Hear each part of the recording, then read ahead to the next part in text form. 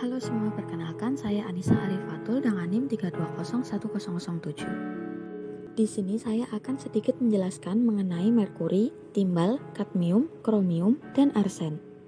Yang pertama kita akan membahas mengenai merkuri, merupakan cairan logam perak yang disebut dengan air raksa atau hidrogeum. Logam ini adalah logam yang secara alami pada suhu kamar berwujud cair. Logam murninya keperakan tak berbau dan mengkilap. Bila dipanaskan pada suhu 357 derajat Celcius akan menguap. Merkuri ini terdiri dari 3 jenis, yaitu yang pertama merkuri elemental atau merkuri cair, yang kedua ada merkuri organik, dan yang ketiga merkuri anorganik. Merkuri ini dapat menyebabkan keracunan, seperti pada kasus ibu hamil pekerja pertambangan emas rakyat di Kabupaten Mandailing, Natal, Sumatera Utara.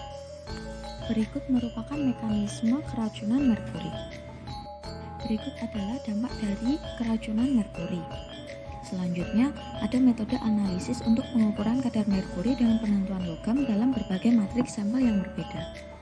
Yang kedua, kita akan membahas mengenai timbal, merupakan logam lunak berwarna kebiruan atau abu keperakan. Timbal memiliki titik lebur yang rendah, mudah dibentuk, memiliki sifat kimia yang aktif, sehingga dapat digunakan untuk melapisi logam agar tidak timbul perkaratan karena mempunyai sifat karsinogenik.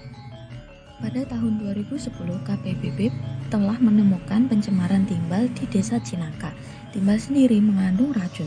Zat itu bisa masuk ke dalam tubuh melalui makanan, minuman yang dikonsumsi, bahkan melalui udara, debu, air yang terkontaminasi. Berikut merupakan mekanisme keracunan melalui timbal. Berikut adalah dampak dari keracunan timbal. Selanjutnya ada metode analisis spektrofotometer serapan atom untuk penentuan unsur-unsur logam metaloid yang berdasarkan pada penyerapan absorbansi radiasi oleh atom bebas. Selanjutnya ada kadmium, yaitu merupakan hasil sampingan dari pengolahan biji logam seng yang digunakan sebagai pengganti seng. Biasanya didapatkan 0,2-0,3% logam kadmium. Logam dan senyawa kadmium sangat berguna dalam pengembangan reaktor nuklir. Kadmium banyak digunakan dalam industri ringan, selain itu juga ada industri baterai. Pada tahun 2018 di desa Tailelelu, Kalimantan Siberut Barat Daya, terdapat kasus puluhan warga Mentawai keracunan usai menangkap daging penyu saat pesta adat. Organ yang menjadi sasaran adalah ginjal dan hati. Apabila kandungan mencapai 200 mikrogram, berarti mengakibatkan kegagalan ginjal dan berakhir pada kematian.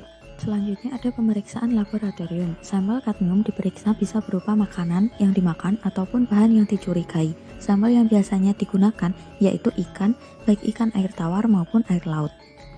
Selanjutnya kita akan membahas mengenai kromium. Kromium banyak digunakan dalam kegiatan industri seperti elektroplating, penyamakan kulit, dan pengecatan yang umumnya dikenal sebagai kromat dan dikromat.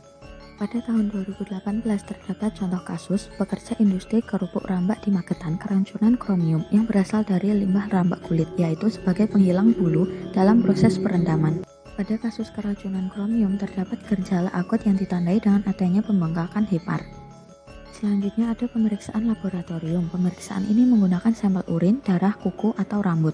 Diperiksa kadar kromium dalam sampel tersebut dengan metode kualitatif dan spektrofotometri serapan atom.